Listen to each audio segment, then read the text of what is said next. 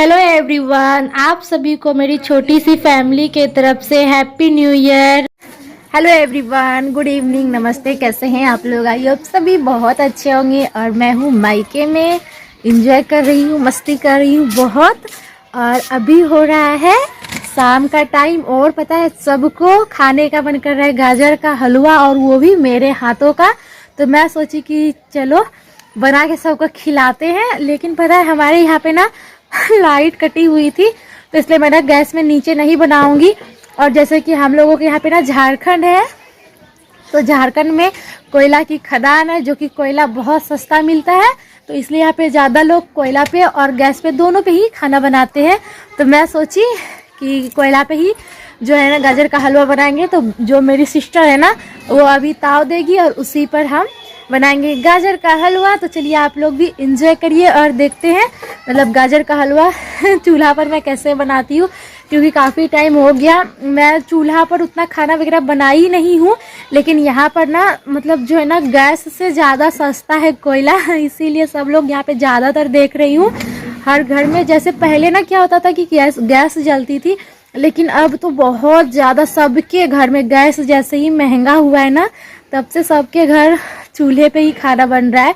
तो हमारे घर क्या है कि मतलब मन होता है तो बनता है, लेकिन मैं कोशिश करूँगी अभी जितना भी मैं ब्लॉग करूँगी ना तो सब चूल्हे पे ही बनाऊँ, क्योंकि वहाँ पर जो है ना क्या बताऊँ, वहाँ पर गैस पे खाना बना बना कर मैं खुद पक चुकी हूँ। इसलिए मैं सोची कि यहाँ पे कुछ अलग भी हो जाएगा और डिफरेंट भी हो जाएगा। तो चलिए आप सबको मिलते हैं ब्लॉग में। ब्लॉग को खूब सारा प्यार दीजिएगा, आपकी प्यारी नेहा। चलिए आप सब ब्लॉग में बने रहिए। और अभी चलूँगी मैं गाजर का हलवा बनाने के लिए। तो उससे पहले ना जो भी सामग्री थी वो मैं ले ली हूँ। और आप सभी ने कल के वीडियो में वैसे कमेंट किए, मुझे बहुत ज़्यादा बुरा लगा। आप लोग पता नहीं क्या सोचते हैं। मैं आप सबको बताई कि मेरी दादी को मैं कही थी मतलब वो रेसिपी बनाने के लिए, क्योंकि ठंड के मौसम में वैसे खाए जाते। हमारी आंटी को मतलब हमारे घर में ना ये वाली रेसिपी उतना प्रॉपर तरीके से, जितना प्रॉपर तरीके से दादी बना पाती है ना, उतना प्रॉपर तरीके से कोई नहीं बना पाता है। मेरी दादी को कोई भी काम नहीं करने देते हैं।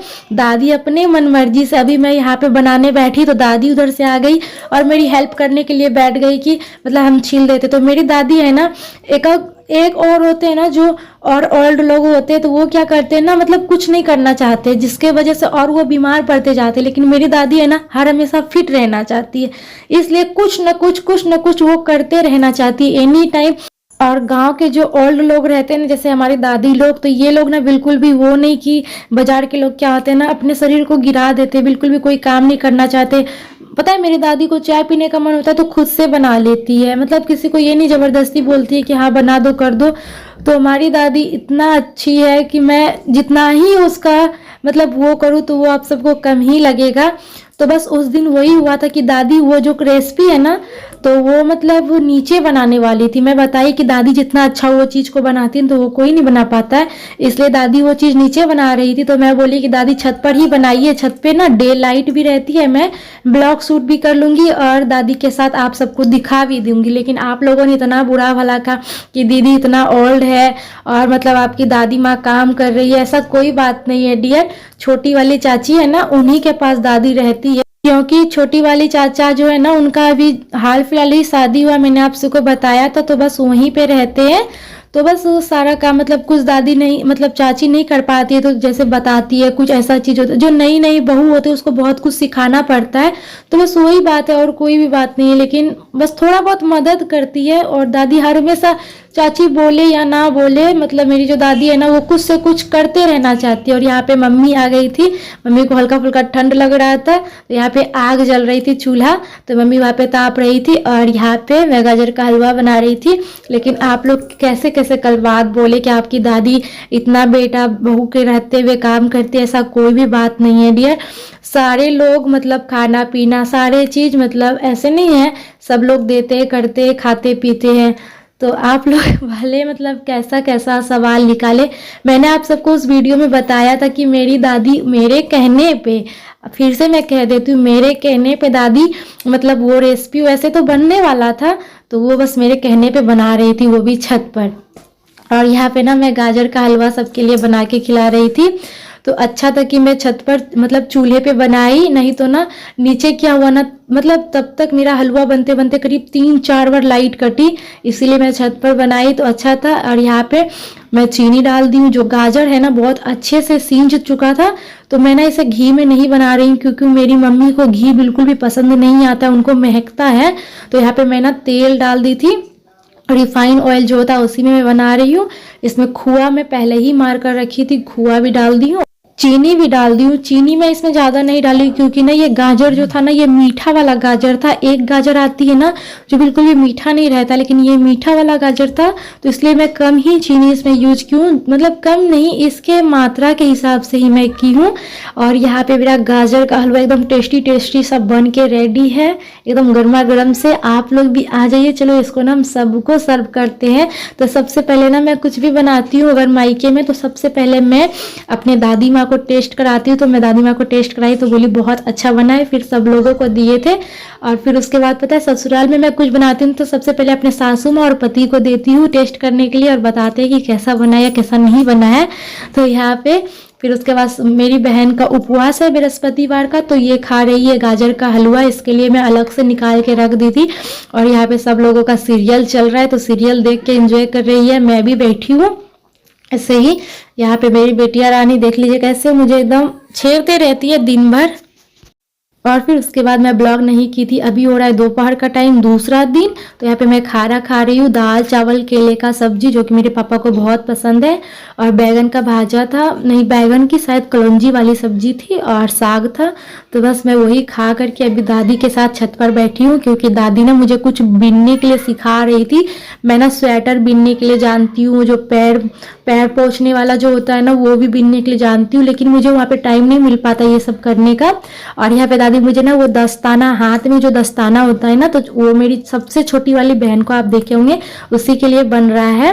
तो बस दादी बोल रही थी, मुझे सिखा रही थी, तो मैं बोली कि अभी मेरा दिमाग उतना मतलब अस्थिर नहीं रहता जो मैं अभी सीख पाऊंगी। तो हम दादी से मतलब ऐसे ही बैठे थे, दादी से बातचीत कर रहे थे और छत पे ही थे, धूप में अच्छा लग रहा था। खाना खाने के बाद ना काफ़ी ज़्यादा ठंड लग रहा था, इसीलिए मैं छत पर आ गई थी। और फिर जब रूम में आई मैं सोची थोड़ा लेटूंगी, तो यहाँ का हाल देखिए कैसा है। तो मैं सोची ले फटाफट से इसे थोड़ा सेट कर लेते हैं। और आप लोगों को उम्मीद करती हो जो दिमाग में कचरा भरा हुआ था कि तो वो सारा कचरा निकल गया होगा, तो ऐसी कोई बात नहीं है। मेरी दादी कोई भी काम नहीं करती है, आंटी मम्मी यही सब लोग करते हैं। तो बस, और मेरी दादी जो है ना ज़बरदस्ती हर काम को करना चाहती है, क्योंकि वो ना बिल्कुल भी सोकर नहीं रहना चाहती है, वो फिट रहना चाहती है। और गांव के जो लोग होते हैं ना वो ऐसे ही होते हैं, कुछ से कुछ मतलब बहू का हेल्प करना है ऐसे वैसे, बस वही सारा। तो बस मेरी दादी करती थी तो मैंने आप सबसे शेयर किया, लेकिन आप लोगों ने तो ऐसा ऐसा बात बनाया कि मुझे बहुत बुरा लगा है। उम्मीद करती हूँ आप सबके दिमाग से कचरा निकला होगा। फिर यहाँ पे बेडशीट सेट की तो मैं सोची लेटूंगी, लेकिन मुझे पता चला अरे छत पे कपड़ा भी है। तो यहाँ पे बहन भी उठा रही थी तो मैं भी उठा रही हूँ। जब मैं उठाने के लिए आई तो ये भी पीछे पीछे आ गई कपड़ा उठाने के लिए, और मैं कपड़ा उठा लेती हूँ। जो छोटा बड़ा है ना सब मिक्स है, इसलिए मैं आराध्या का और जो मेरा भाई लोग का है ना वो सारा छोटा छोटा मैं उठा रही थी, और जो मेरी बहन है ना वो बड़े लोग के सब उठा रहे थे कपड़े।